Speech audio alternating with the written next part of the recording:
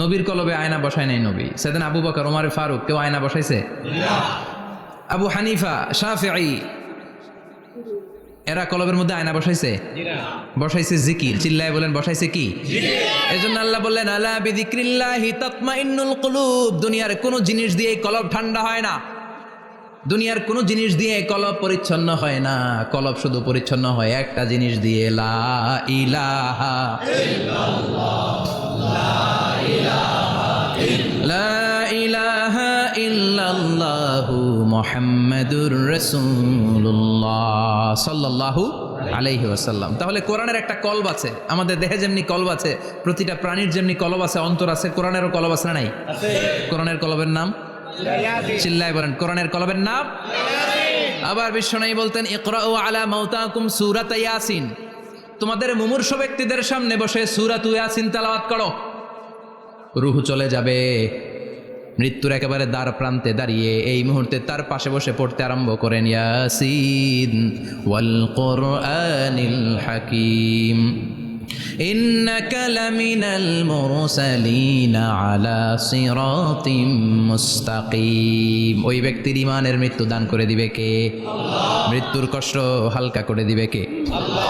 আবার বিশ্বনবী বলতেন রাত্রিবেলা যে ব্যক্তি একবার সূরাত ইয়াসিন তেলাওয়াত করে ঘুমাতে যায়, সকালবেলা নিষ্পাপ অবস্থায় তারে ঘুম থেকে জাগাবে কে? আল্লাহ। তাহলে এই সূরার মর্যাদা কম কম না বেশি বেশি? কলবুল কোরআন, এটা কোরআনের কলব, একবার পড়লে 10 পড়ার সওয়াব। আবার মুমূর্ষ ব্যক্তির সামনে বসে সূরা ইয়াসিন তেলাওয়াত করতে বলা হয়েছে, তাহলে মৃত্যুর কষ্টটা হালকা করে দেয় কে? আল্লাহ। আবার রাত্রিবেলা সূরা ইয়াসিন তেলাওয়াত করলে সকালবেলায় নিষ্পাপ বানায় দেয় কে? আল্লাহ। মনে থাকবে? কোরআনের কলবের নাম কি? ভুলে যাবেন না তো? বেশি বেশি তেলাওয়াত করতে রাজি আছেন?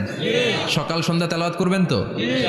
সূরা ইয়াসিন ছাড়াও এই সূরার অনেকগুলো নাম তাফসীর গ্রন্থে পাওয়া যায়। এই সূরার একটা নাম হচ্ছে সূরাতুল কাদিয়া। সূরাতুল কাদিয়া তাকদি হাজাত কারিইহা। যে এই সূরা তেলাওয়াত করে ওই তেলাওয়াতকারীর যে হাজত আছে, প্রয়োজন আছে, এই সূরার বরকতে আল্লাহ তার প্রয়োজন পূরণ করে দেয়। আমাদের জীবনে প্রয়োজন আছে না নাই? কার কাছে চাইবো? বিপদে পড়লে কারে বলবো? আমরা বিপদে পড়লে প্রথমে শেয়ার দেই ফেসবুকে। কোথায় শেয়ার? আগে শেয়ার দিব কার কাছে? মনে থাকবে? বিপদে পড়লে ফেসবুকে শেয়ার দিব না, বন্ধুরে শেয়ার করব না, বউয়ের কাছেও পরে শেয়ার করব, আগে শেয়ার করব কার কাছে? মনে থাকবে? এজন্য বিশ্বনবী বলতেন এই সূরার নাম সূরাতুল কাদিয়া, মানুষের হাজত পূরণ করে দেয়। এই সূরা তেলাওয়াত করে যদি আপনি আল্লাহর কাছে কোনো বিপদ থেকে পানা চান অথবা কোনো প্রয়োজন নিয়ে দোয়া করেন, সূরার বরকতে প্রয়োজনটা পূর্ণ করে দেয় কে? আল্লাহ। কেউ যেটা পারে না পারে কে? আল্লাহ। কেউ যেটা দেয় না দেয় কে? আল্লাহ। কেউ যেটা শোনে না শোনে কে? আল্লাহ। তাহলে পেলাম সূরাতুল কাদিয়া। আরেকটা নাম আছে সূরার, সেটা হচ্ছে সূরাতুল আযীমা, সুমহান সূরা। কি সূরা? সুমহান।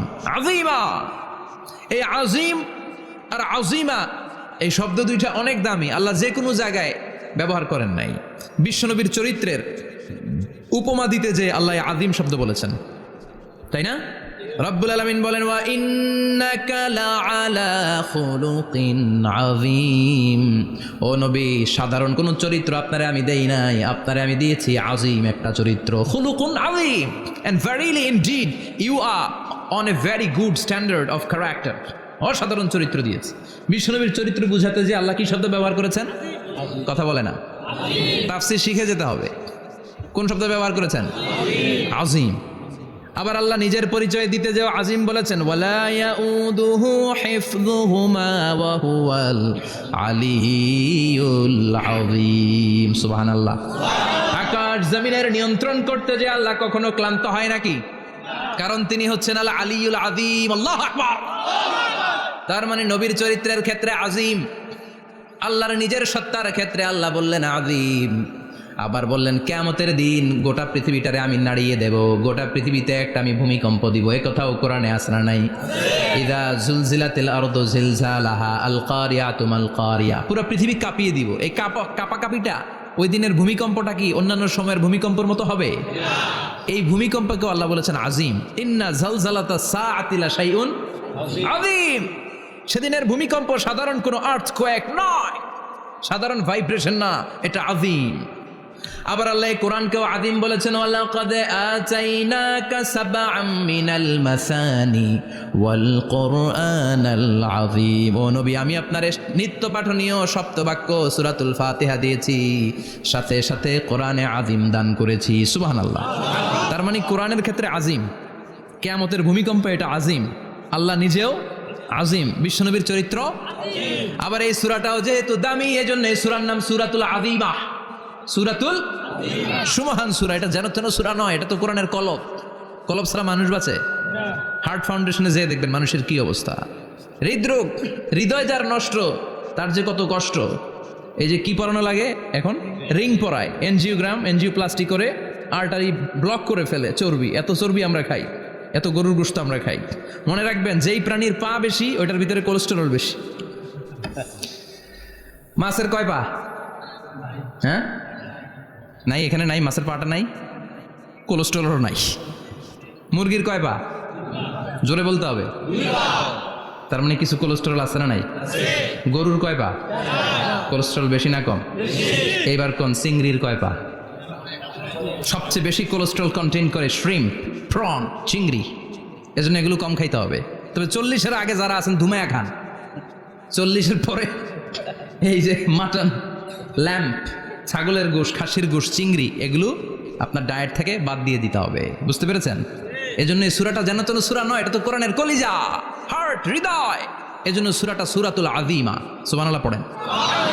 তার মানে 1 নম্বরে পেলাম সূরাতুল কাদিয়াহ, 2 নম্বরে পেলাম সূরাতুল আযীমা, 3 নম্বরে সূরার আরেক নাম হলো সূরাতুল মুইম্মা। সূরাতুল মুইম্মা। মুইম্মার 2 অর্থ। এক অর্থ হচ্ছে এটার বরকতটা আম, সবার জন্য, যেই পড়ে সেই বরকত পায়, এজন্য মুইম্মা। আবার মুইম্মার আরেক অর্থ হচ্ছে যেই সূরা শত্রুকে অন্ধ করে দেয়। কি করে দেয়? এই সূরার প্রথম 9টা আয়াত যদি বিপদে পড়ে, শত্রুর কবলে পড়ে আপনি তেলাওয়াত করেন, শত্রুর চোখটারে অন্ধ করে দিবে কে? আল্লাহ। বিশ্বনবী মক্কা থেকে যখন মদিনায় যায়, হিজরতের সময় বিশ্বনবী সূরাতুল ইয়াসিনের প্রথম 9টা আয়াত তেলাওয়াত করলেন। তেলাওয়াত করে আল্লাহর নাম নিয়ে ঘর থেকে বের হলেন। আশেপাশে কাফেররা ঘুরে কিন্তু বিশ্বনবীরে দেখে না, সবাই খেলে এরকম এরকম করে, ডানে বায়ে হাতায় বিশ্বনবীর সামনে দিয়ে যায়, কিন্তু কাফেরদের চোখ অন্ধ করে দিয়েছে কে? এজন্য কোরআন তেলাওয়াত করলে কাফেরদের চোখকে অন্ধ বানায় দেয় কে? আল্লাহ। এজন্য সূরার একটা নাম হচ্ছে সূরাতুল মুইম্মা। কি নাম? অন্ধ করে দেয়। তাফসিরে কুরতুবির মুসান্নিফ ইমাম আল কুরতুবি, ওনাকে জালিম বাদশা বন্দী করেছিল। ওনার তাফসিরে এসেছে উনি শক্তিশালী লোক ছিলেন, জেলখানা ভেঙে বাঁচার জন্য দিয়েছে দৌড়। উনারেও ধরার জন্য জালিম বাদশার সৈনিকেরা ঘোড়া নিয়ে রওনা হয়েছে। উনিও দৌড়ায়, ঘোড়াও পেছন থেকে আসে। ওমিয়া মানুষ কি ঘোড়ার দৌড়ের সাথে পারে? উনি হাঁটতে হাঁটতে হয়রান হয়ে এক বালুর ময়দানে যেয়ে ধপাস করে পড়েছেন। ওরাও ঘোড়া দিয়ে এসে নেমেছে, কিন্তু আজীব তামাশা, উনি বালুতে ধপাস করে পড়েই সূরাতুল ইয়াসিনের প্রথম 9 আয়াত তেলাওয়াত করতে শুরু করেছেন।